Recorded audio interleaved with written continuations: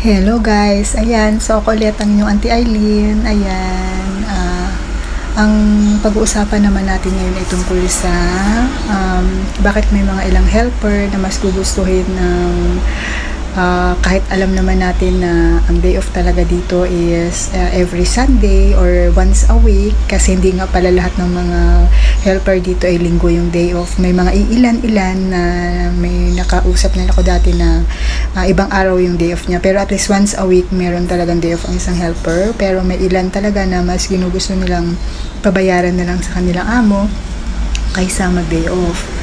So bakit kaya ganun? Wow! Ang galing sumayaw at ang ganda. Ganyan ang mga dugong Pilipino. So yun guys, ito po ay based lang din sa mga kakilala ko at saka kasi experience ko na rin siguro at saka tawag dito yung mga alam ko lang din. So kanya-kanya naman tayo, yung iba siguro mga DH dito or mga helper na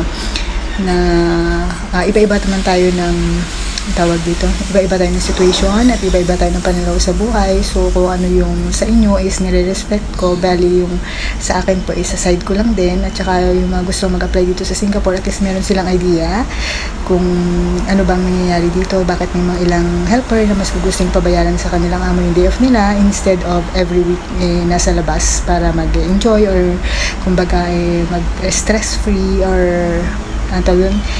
ikutin ang ganda ng Singapore. So yun kasi guys, bali ang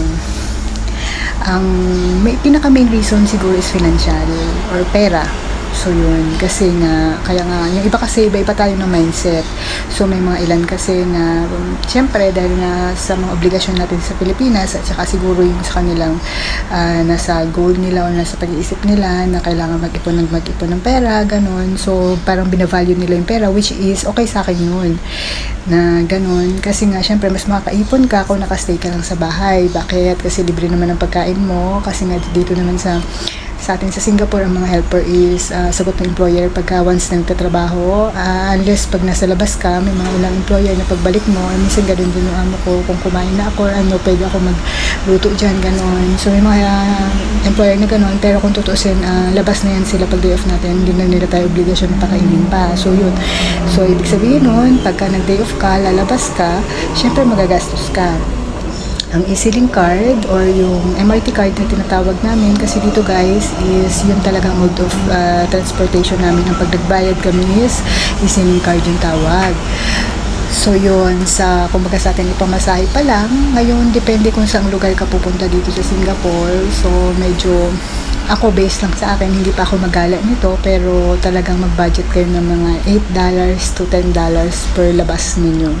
So yun is nakadepende kung saan lugar kayo dito sa Singapore pumunta. Syempre pag mas malayo, mas malaki yung pamasahe na magagastos nyo.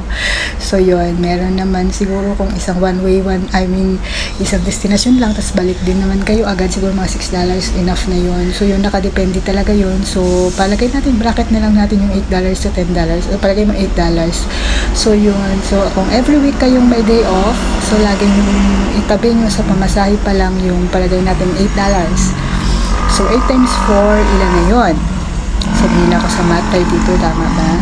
So yun. So magtabi na agad kayo ng $32 para sa day off. Sa pamasahe pa lang yun. Then, kakain kayo sa labas.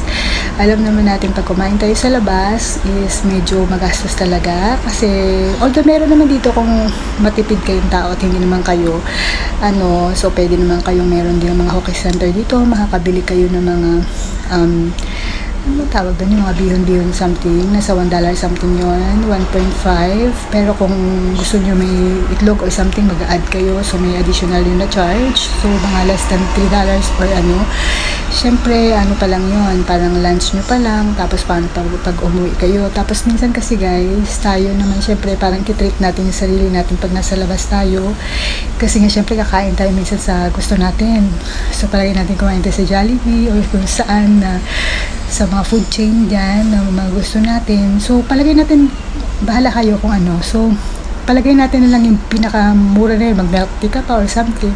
So ang pinakamura na lang na nyo is siguro hindi ko masabing $5 lang. Hindi ko masabi $5 lang eh. Siguro palagay mong sige, advance na lang natin. So, para may palagay mong mag-budget ka ng $10 per day off mo. So, times, times 4. Kung every week ka may day off, so $40 na yun, guys. So, yung $32 mo na para sa pamasahe at yung $40 mo para naman sa, anong tawag dito? Sa pagkain mo, at saka pagkain mo, or kung may bibilhin ka pang anik-anik sa labas, for example, pag may gusto kang bilhin chichirya, nadadalhin mo sa bahay nyo, syempre pag gusto mo kukutin, or may bibilhin ka mga perfume, may bibilhin kang something, so i-bracket na lang natin yung $10 na yun, kasama na yun doon. So, bali $40 plus 32 is $72 na siya. So, yun. Tapos, minsan may mga party-party pa, or kung basta may mga kayayaan-yayaan sa labas, so talaga minsan may mga, palagay magpa-extra ka ng $10 yan o $20, ganun. So yun, basta yung magagastos mo sa overall in 1 month, for example lang lampasan ko na to, bali yung i-budget mo is $100 sa isang buwan na magagastos mo pag lumabas ka, more or less $100. Guys, magkano yung salary mo sa isang buwan? Palagi mo pag first timer ka is $600, so yung $100 mapupunta lang yung sa allowance mo pag nag day off ka. So magkano na lang matitira sa iyo? $500 para sa allowance na ipapadala mo sa Pinas. So, paano ka pa makakapagtabi ng pera nun?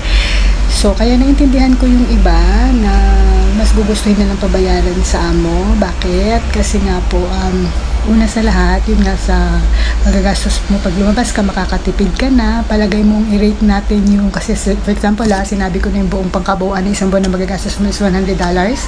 So, i-divide mo naman yun sa 4, kasi nga syempre 4 na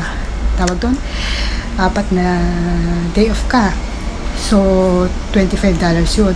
Kung hindi ka mag-day off, pabayaran mo kay amo mo yun, matatabi mo na yung $25 pag lumabas ka. Hindi ka na makakagastos ng $25, magkakaroon ka pa ng $23. Para ito sa mga first timer, yung $600 yung salary. So, makakatipid ka na ng $25 pag lumabas ka, kasi hindi ka nalalabas, magsistay ka na sa bahay, kasi syempre sa bahay naman libre naman pagkain. Pangalawa, magkakaroon ka pa ng $23 na additional kasi na binayaran ni amo mo yung day off mo. So, diba? So, magkano lahat yung na-save mo? So, parang nakasave ka ng $48. So, ang $48 is kulang-kulang 2,000 na yan, guys. So, tibirin mo sa isang araw lang makatipid ka ng ganun. Kaya, naiintindihan ko yung iba na mas gugustuhin nila na tawag doon, na hindi na mag-day off, magstay na lang sa bahay, pabayaran na lang kay amo nila yung day off nila.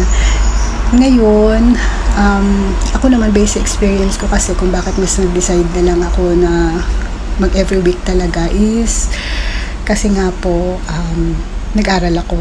So yun, so dahil nag-aaral ako, tapos ngayon kasi may balak ako mag-volunteer baka by January, so kailangan ko rin talaga na every week. So may reason ako behind.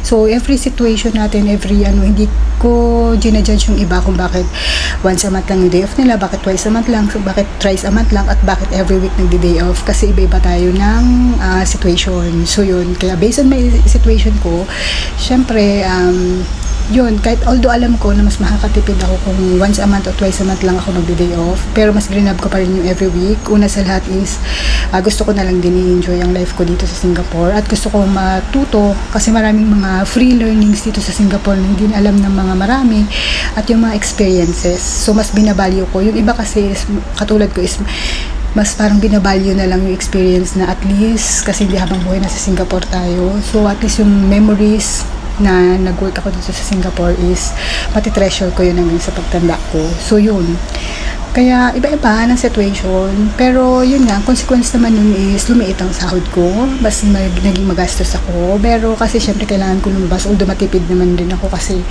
alam ko binabalyo yung pera, kaso nga lang syempre talaga may iwasan na gagastos at gagastos tayo sa labas. So yun lang guys, so nasa sa inyo yan. So at least binigyan ko lang kayo ng idea kung alin ba yung priority nyo, yung enjoyment or your learnings or yung makaipon. So yun, nasa sa inyo guys. So yun lang, bye bye.